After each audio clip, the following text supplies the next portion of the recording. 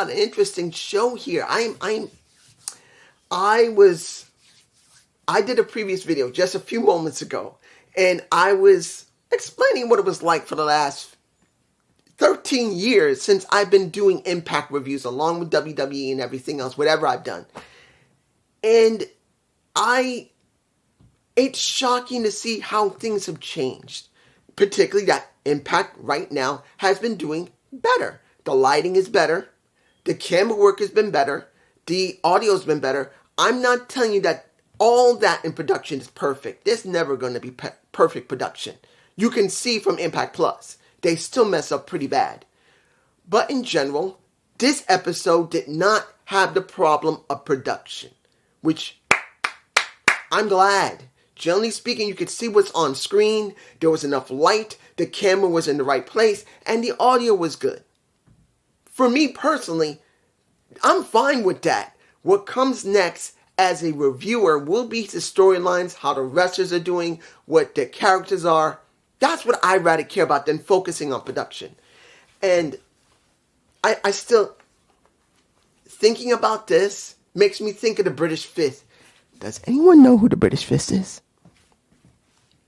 The original Off the Rope show that had Mr. Ralph, Tony D, had pretty much Tasteless Tony T, and the Slick Daddy himself, who's seen the episode of, well, he's seen the pay-per-view of he has seen Revolution. He did me. Go check his video out. I know he gets way more people than me, but go and check him out. He is so damn funny when it comes to Jeff Jarrett. But it's shocking to see that I'm still here doing this show after 13 years where those people like Just Alex, the Solomonster, well, I think Solomonster didn't came in later around the time of JD, but Just Alex was been around, the Slick Daddy's been around, the British Fist was around, Fool Killer 99, do you remember him?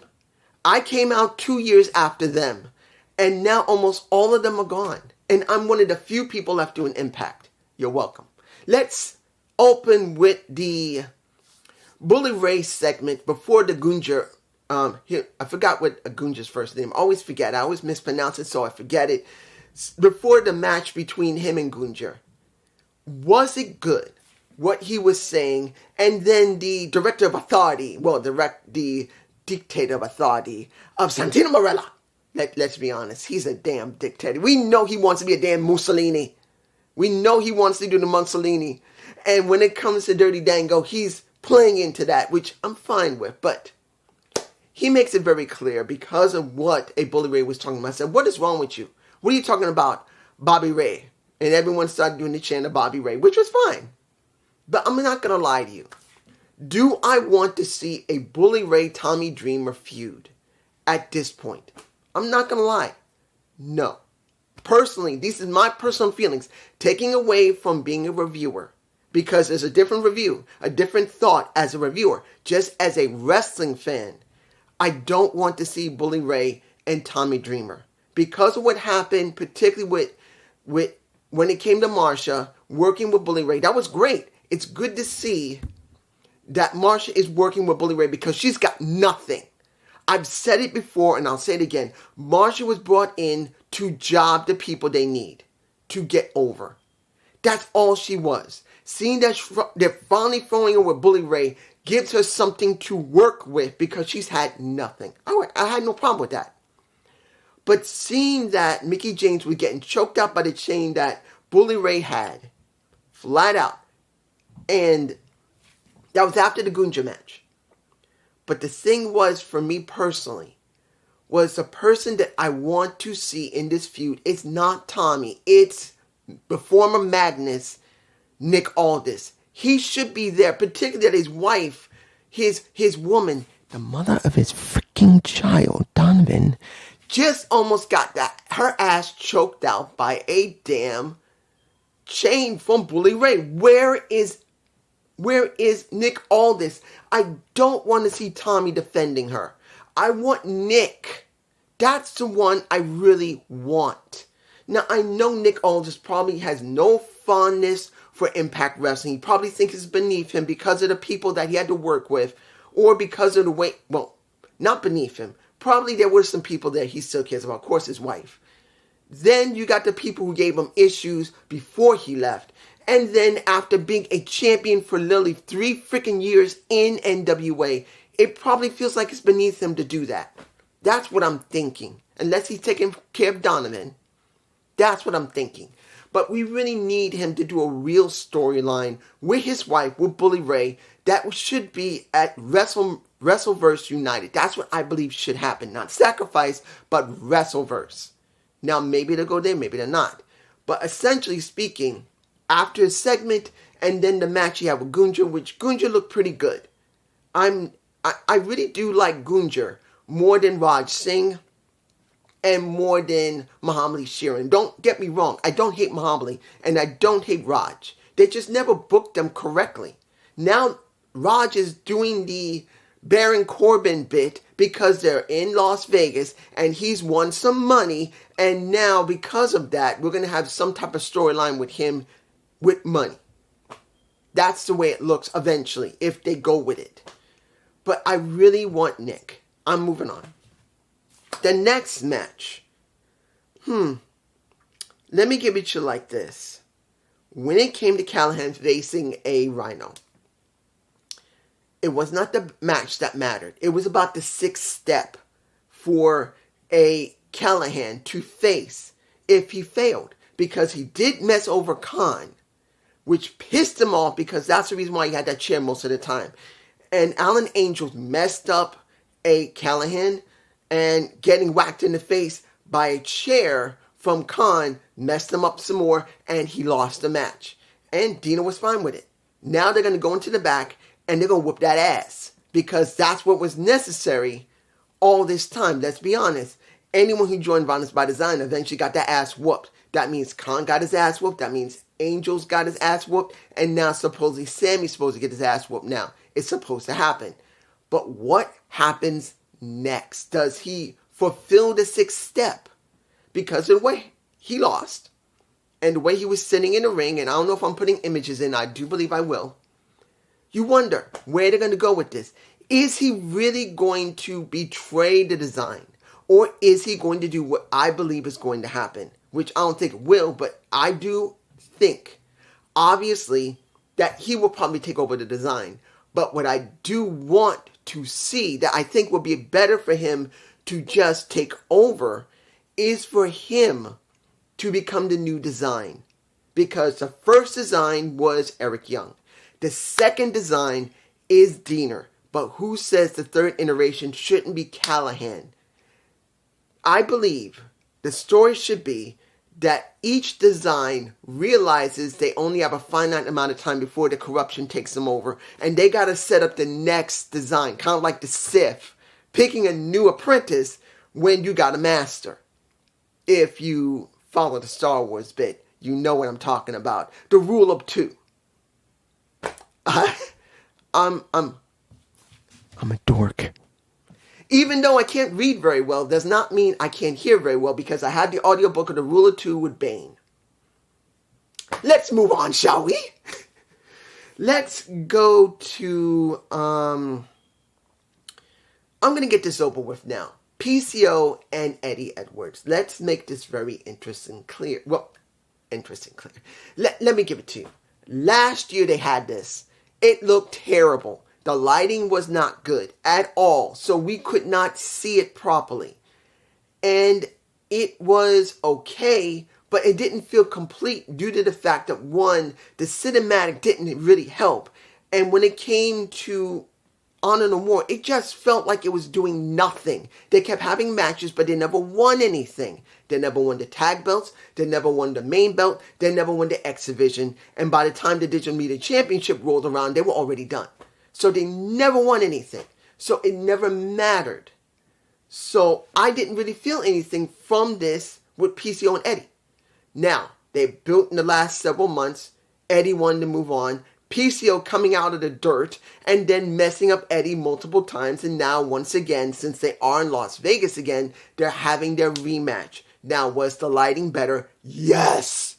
That was the major thing that was a major issue. The lighting. Now, the last time, the music wasn't that great. This time the music was a bit better, but it might have been a little too loud. Slightly. Not for me, but I have to think about what are we getting from the people who edit this damn thing. They got to make sure the lighting was good, that both guys could be seen in camera, and the music made sense. Last year the music was so-so. This time the music felt a little better, but let's be honest, it's almost the same music. Almost. There are differences. In the end, PCO was about to bury Eddie. Eddie got his ass saved by someone riding an SUV, well, not SUV, but pretty much, I don't recognize the car, but pretty much PCO got nailed. He got hit by the car, got nailed, Eddie got into the car and drove away. Who would I believe it is? It's either Kenny or the person I truly do believe, his wife. Lish saved her husband, saved her man. That's what I believe is the person who was driving the car. But it could have been a Kenny King or one of the other Honor No More that might have come back. But I do believe it might be Lish, his wife. But we won't know until maybe a couple of weeks from now, once PCO reemerges and wants to destroy whoever was driving that damn car. They're going to see the car in the parking lot. He's going to hunt down that person, and it might be his wife or one of the other people from originally Honor No More, someone who's closer to Eddie. The person I really would like to see, if it's not his wife, is Davey Richards. Bring Davey back. Make Eddie and Davey work together, even though they hate each other's guts. You get my point. Now, next match, we have Jordynne Grace versus Alex. Greg? I can't remember her name, but let's say Alex. Guys, let me give it to you like this.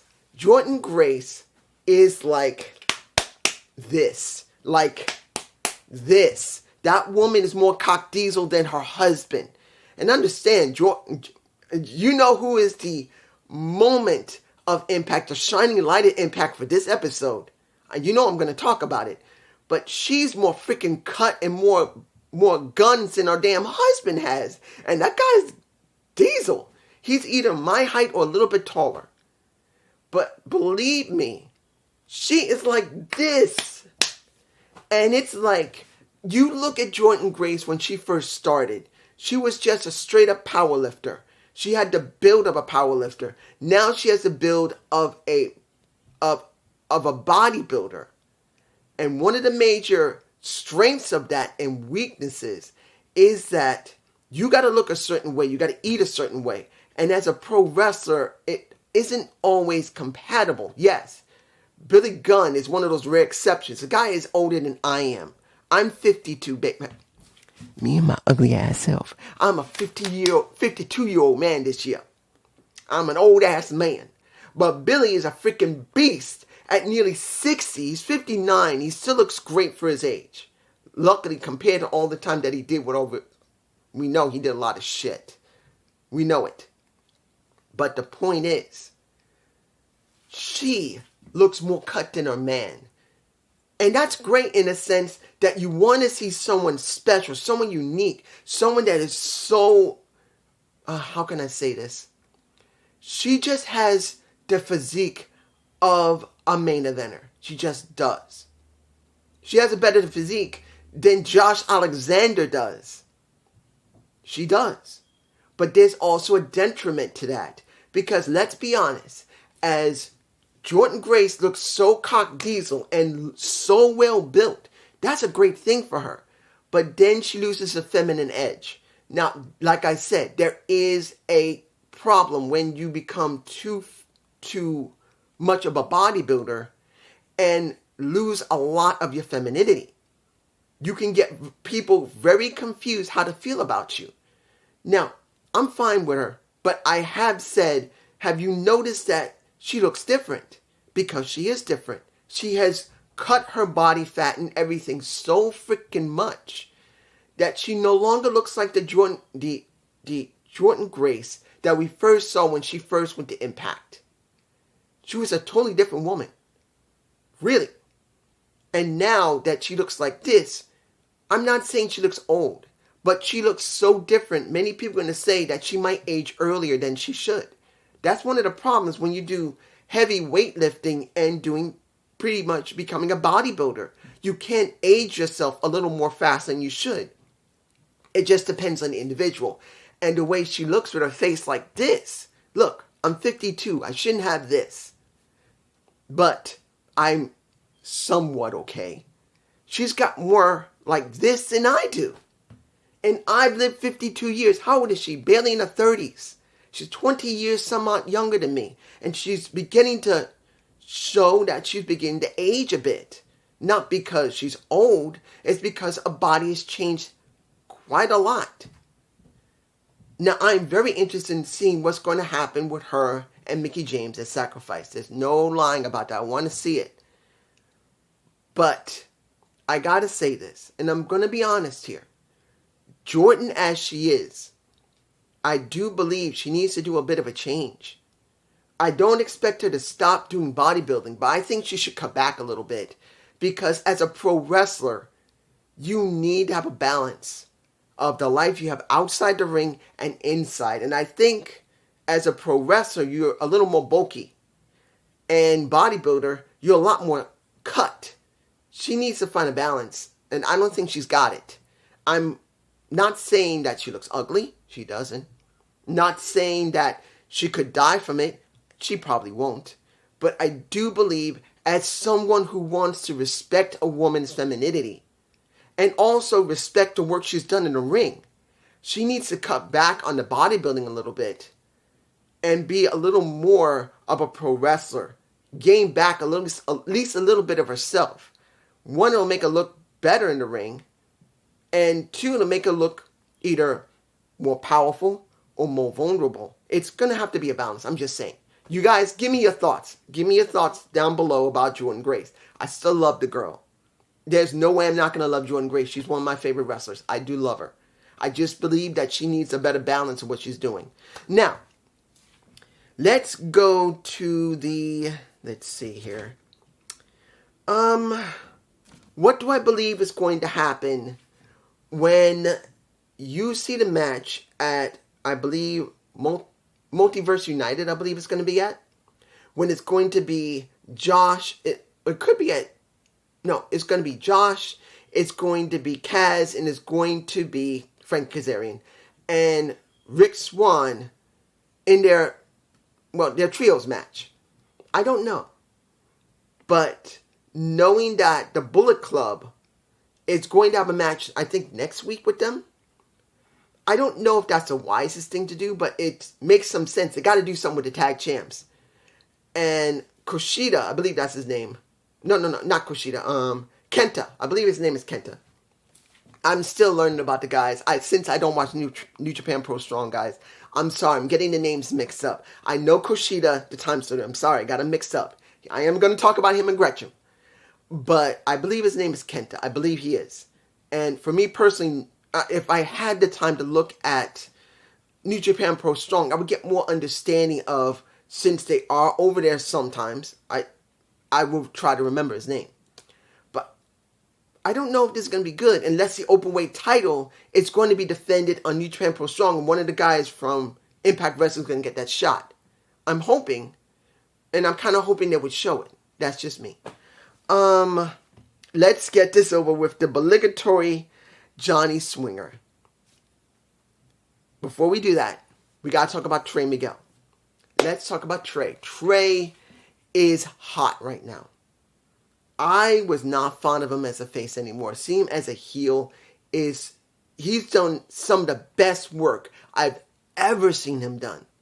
And at this point, he really doesn't need the X Division title anymore. He can actually move into the main event. I truly believe he could be a contender for Josh Alexander's title if he makes it beyond, well, we know he will, Sacrifice. But seeing that they're going to give him a hand-picked opponent at Sacrifice, I don't know who's going to be. Hopefully it's going to be someone interesting that we have not seen, because he's got to be defending that title. Yes, they're going to have a match that's going to determine who's going to be his next number one contender, but he's got to be on the show. I have no idea who's going to be. but it's got to be someone. But then, I believe it's in my face. You got Johnny Swinger coming out, and he's measuring up a ham and egger called a Trey Miguel and a Dirty Dango, who is the enforcer for the Mussolini of Impact Wrestling, a Santino Marella. I want to see him act like Mussolini. It's so freaking bad. You have no idea. I want Santino Marella to go and have a damn power trip and act like a freaking nut for one episode. Not all of them, just one. But the point is, he is measured up with a tape measure and get knocked out of the hands of Zicky Dice. And pretty much Johnny was scared. You know Johnny's getting a match. Anybody he wants. I would have thought at this point it would be Zicky Dice. Let's make this clear. He's already gone up against... He's already gone against Mike Johnson. He's already gone... You know who. He's already gone against absolutely anyone that they consider that could be a joke that he could not win against. The only person left is Ziggy. Unless they're going to bring in somebody else that we've not seen. Unless it's Hornswoggle. Oh.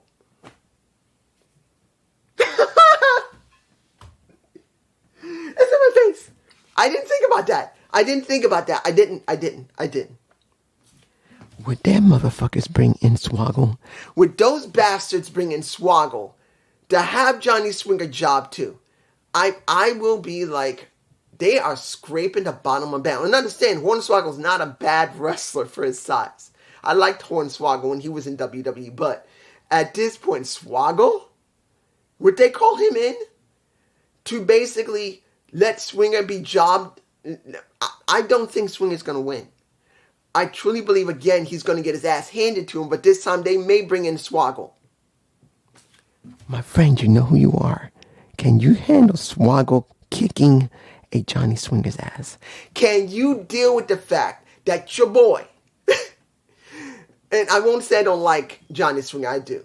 Admittedly, I made a mistake getting Johnny mixed up with Disco Inferno because I never seen Disco Inferno because I never did watch ECW. So I got them confused. I thought Johnny Swinger was Disco Inferno. That was my mistake. I'm owning it.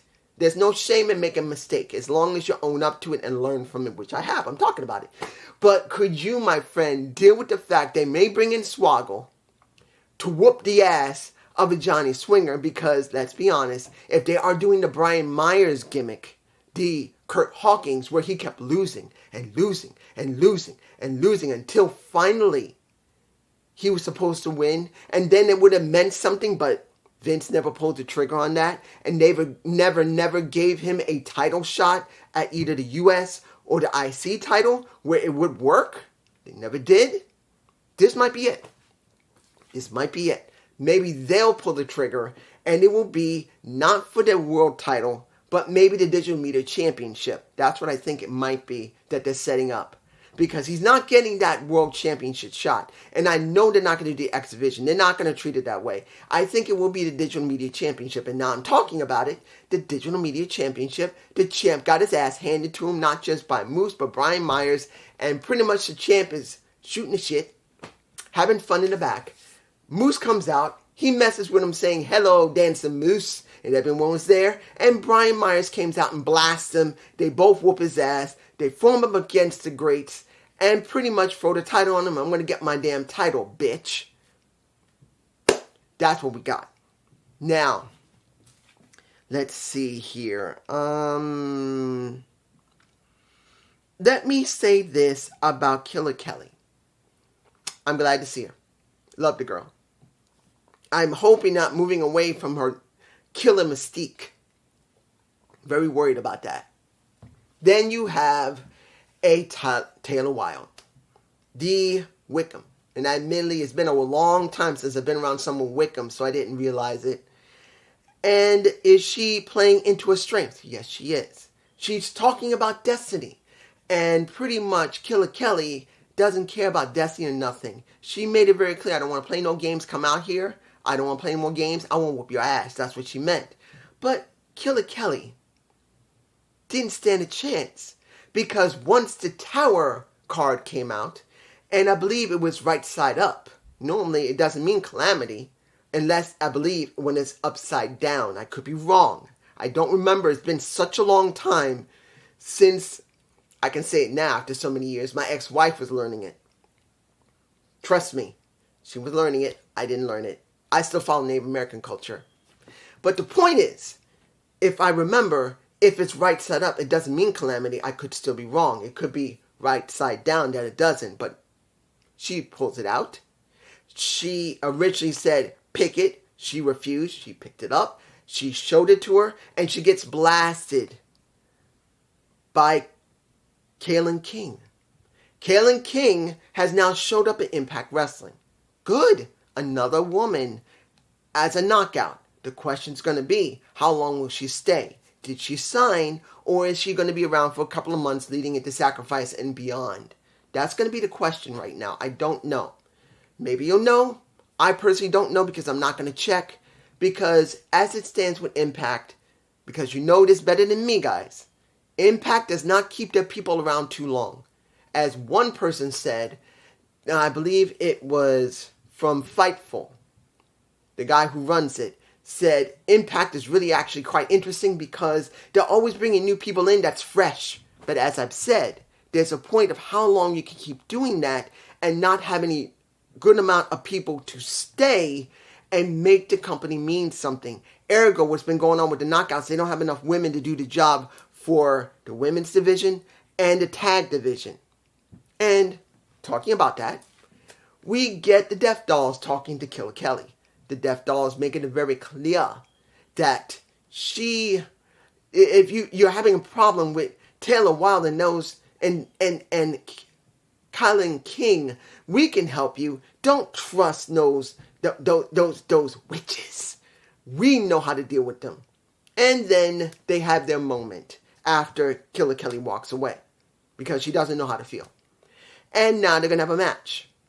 If Taylor and King win, cool.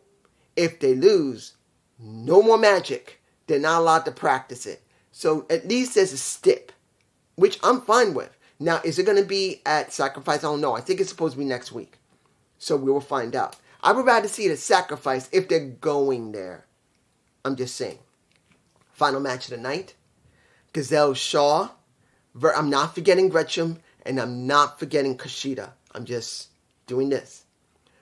We got Mickie James versus Giselle Shaw with a Deonna Purrazzo on commentary. You got Fidel, and you got Savannah Evans at ringside. Fine match, at least until it started getting a little rough. And Mickie, hopefully she's not having any problems. I don't think she has any implants. But Giselle was chopping her ass right here on that titty right there. She was not having it. She was not liking it. And she was grabbing that boob a lot. So if she doesn't have implants in there, those natural born boobies were not enjoying it. But one thing that Giselle Shaw had a problem with, and I've noticed this on more than a few occasions when she's been wrestling, she needs to go and get her hair done correctly.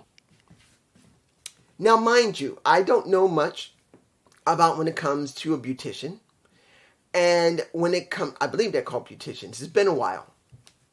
But for women who usually does the weaves and everything, they usually tie them up pretty good into her head. And the last 6 or 5 matches I've seen Giselle Shaw in, I've seen literally her extensions fly off her damn head. She needs to go and get her weave done correctly. Her extensions are coming out. If they're being weaved into her hair, those extensions need to be done correctly. Now, mind you, I know they can't come out on their own. I'm just playing. But it's been like 5 or 6 matches. Maybe she may need to find someone else to do it because maybe they're not being done correctly. Because she keeps going back to the same person who's basically not doing it well enough that her damn extensions fly off her head by just hitting the damn mat, not by someone pulling on it. You know what I mean, baby. You know what I mean. It's embarrassing to have your extensions fly off your damn head while you're doing something, and particularly no one's touched your head. But in the end, what do we get? We actually got Giselle Shaw losing due to the fact that we got Deonna Purrazzo saving her ass. I'm surprised. Does this mean Deonna Purrazzo's a face? I don't know. I'm not saying that she's a true face. I don't really believe Deonna Purrazzo is a face, but I wouldn't be too surprised that they're going to tease it a little bit. She feels like she could be, but she probably isn't. But this is just me. Don't know. Finally, if I'm forgetting anything, I know I forget something. I'm sorry. We have finally a true classic. That's the title of it, and I'm sticking to it. A true classic. Jonathan Gresham versus Kushida, the Time Splitter. This was a true classic. If anybody sees this, go tell Just Alex to go and find a repeat of this match and watch the damn thing, because it is so damn good. And understand me, guys, you know me. I like a well-rounded match. And that is what we generally got here.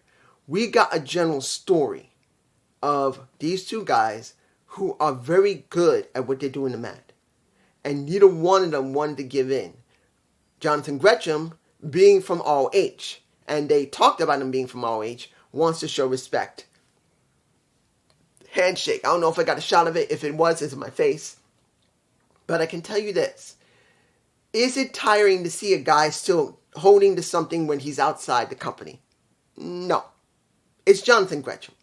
The octopus is just the octopus. For what I've learned so far from him, seeing him from MLW I think I saw him once in MLW. I saw him in, of course, in ROH. I think I saw him on what other show did I saw him on? He wasn't in New Japan. I think he went to New Japan Pro Wrestling. I think once or twice I did see New Japan Pro Strong. No, twice. I've seen it. I've had no chance to see it because at the time when it shows is when I'm doing this, and then I'm also doing SmackDown and Rampage. So I never get a chance to see it unless it comes on I see it on a Sunday, and I don't think anybody cares. But what times I've seen him, he's very interesting. This was a very, very grapple wrestling match, which had a lot of strategy and a lot of psychology that the Las Vegas crowd ate it. They ate that bitch up. They ate this matchup. At one point, we get Gresham wanting to shake Kushida's hand because they did their bit together. And guess what happened? They made the freaking handshake, a simple freaking handshake, into a chain wrestling handshake. Now, I've been watching wrestling since I was maybe, let me see. When Bob Backlund was champ at one time, I think I was 6 or 7 years old. So back in 1978 or 1979. And taking account that I had to skip 10 years because I was with my wife and I didn't have the time to see wrestling constantly, maybe once a month if I was lucky. And she didn't like wrestling anyway. I skipped almost a decade. I missed the Attitude Era. And I also missed, along with ECW, most of WCW. I missed a lot. So I missed a decade. So for me, at 52, I've seen wrestling literally for more than nearly 40 years. 40. Not 20, not 30. Nearly 40 of years of my existence. I've seen many matches. This is one of the rare few that I can truly say was damn good. With no story whatsoever, other than both of them are very good experts. Very well trained in submission wrestling and grapple. There's only one other there's only two other guys that have ever known, that have ever seen, that had as much chemistry as these two. And it's the one who will not be named because no one wants to name him, and Kurt Angle. There is nobody else in existence that even comes close to those two. The only ones that ever did is this. And the way they worked it was very similar to what Kirk would do and you know who would do.